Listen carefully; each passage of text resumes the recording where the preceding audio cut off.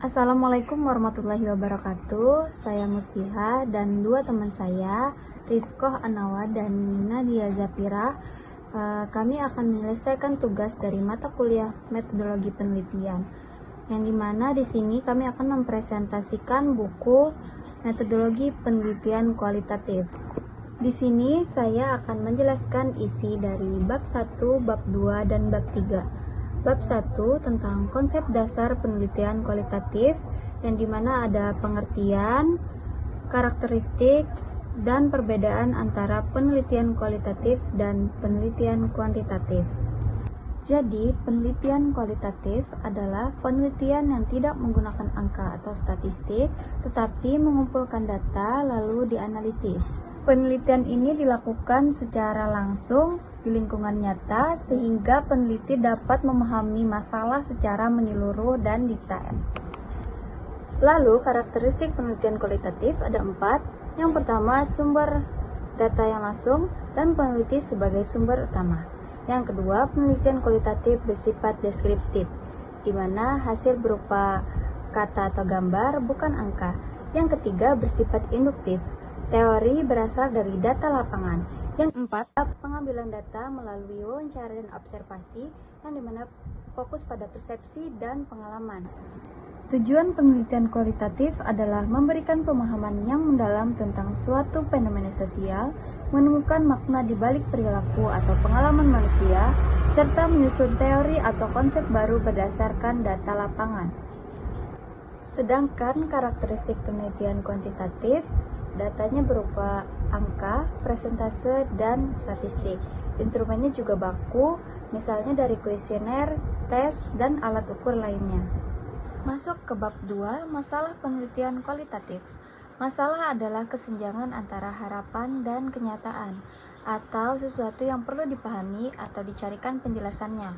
Dalam penelitian kualitatif, masalah awal biasanya masih umum atau samar.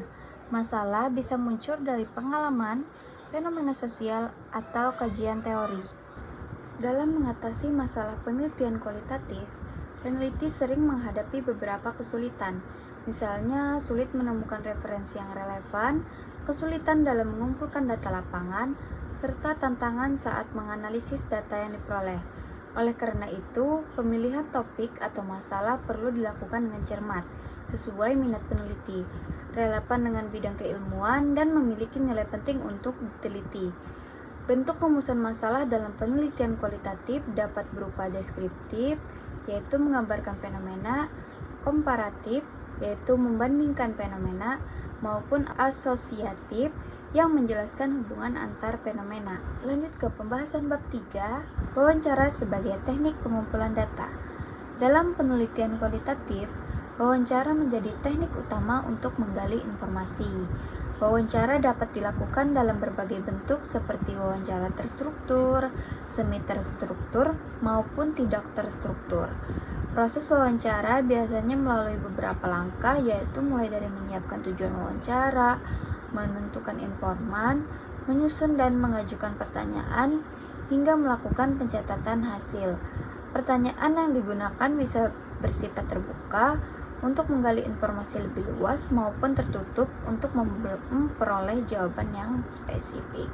Agar lebih terarah, peneliti bisa membuat daftar pertanyaan terlebih dahulu, tapi bisa juga pada saat di lapangan itu fleksibel mengikuti alur wawancaranya. Hasil wawancara kemudian dicatat dengan cermat, baik melalui catatan lapangan, rekaman suara, atau transkrip sehingga data yang diperoleh valid dan dapat dianalisis lebih lanjut. Sekian dari saya, terima kasih. Dalam bab 4 ini akan dibahas mengenai observasi sebagai teknik pengumpulan data.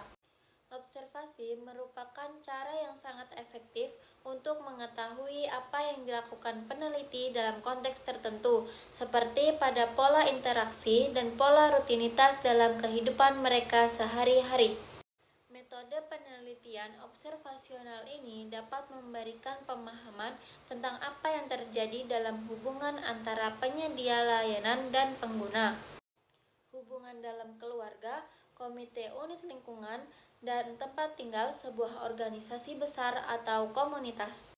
Dalam pengumpulan data penelitian kualitatif, observasi lebih dipilih sebagai alat penelitian karena peneliti dapat melihat, mendengar, dan merasakan mengenai informasi yang ada secara langsung.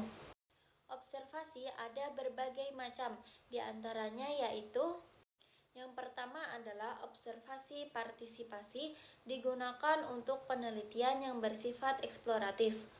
Yang kedua adalah observasi sistematik atau observasi berkerangka, digunakan untuk merangkai atau menyusun faktor dan ciri-ciri yang akan digunakan sebelum melakukan observasi. Dan yang terakhir adalah observasi eksperimental. Selanjutnya, ada langkah-langkah yang digunakan sebelum melakukan observasi. Adapun tahapannya yaitu yang pertama adalah tahapan observasi deskriptif, yang kedua adalah tahapan observasi terfokus atau reduksi, dan yang ketiga adalah tahapan observasi terseleksi. Selanjutnya, pada bab 5 ini kita akan membahas mengenai dokumentasi sebagai teknik pengumpulan data. Dokumen adalah catatan kejadian masa lampau yang dinyatakan dalam bentuk lisan, tulisan, dan karya bentuk. Dokumen ada berbagai macam, yaitu dokumen pribadi dan dokumen resmi. Dokumen pribadi berisikan data-data pribadi seperti data keluarga, sedangkan dokumen resmi merupakan dokumen internal atau eksternal. Pada bab 6 ini akan dibahas mengenai tahap-tahap penelitian.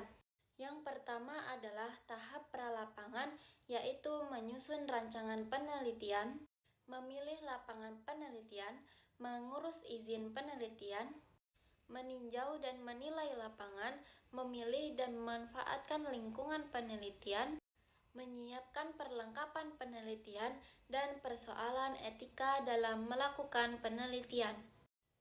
Yang kedua adalah tahap pekerjaan lapangan, yaitu memahami latar penelitian dan persiapan diri dengan cara menyesuaikan kondisi keadaan peneliti itu sendiri, menjalin hubungan masyarakat di lapangan, serta mengelola waktu dengan baik. Baik, materi selanjutnya yaitu bab 7 tentang membuat catatan lapangan. Catatan lapangan adalah deskripsi hasil lengkap dari observasi atau wawancara yang dituangkan dalam bentuk kartu, notebook, atau buku yang berisi tentang identifikasi observasi yang ditulis per topik dalam alinea baru dengan batas tepi, yang terdiri dari catatan deskriptif dan catatan reflektif. Sedangkan transkrip itu merupakan data utama dari orang yang kita wawancarai. Selanjutnya pada bab 8 yaitu menguji keabsahan data. Data dalam kualitatif adalah fakta-fakta berupa angka, kata, atau gambar yang relevan. Kemudian diuji keabsahannya melalui validitas dan reliabilitas dengan strategi trimulasi. Dan yang terakhir pada bab 9 yaitu analisis data kualitatif. Analisis data kualitatif merupakan proses sistematis yang dilakukan secara berkelanjutan, dimulai dari sebelum terjun ke lapangan hingga berada di lapangan, yang meliputi pengorganisasian, pengumpulan, penyajian data, serta penarikan kesimpulan dan verifikasi, dengan tujuan menemukan pola serta hipotesis kerja dari data yang berupa kalimat atau fenomena, sehingga menghasilkan pemahaman yang dapat dipertanggungjawabkan secara ilmiah. Sekian presentasi dari kelompok kami, semoga dapat dimengerti. Wassalamualaikum warahmatullahi wabarakatuh.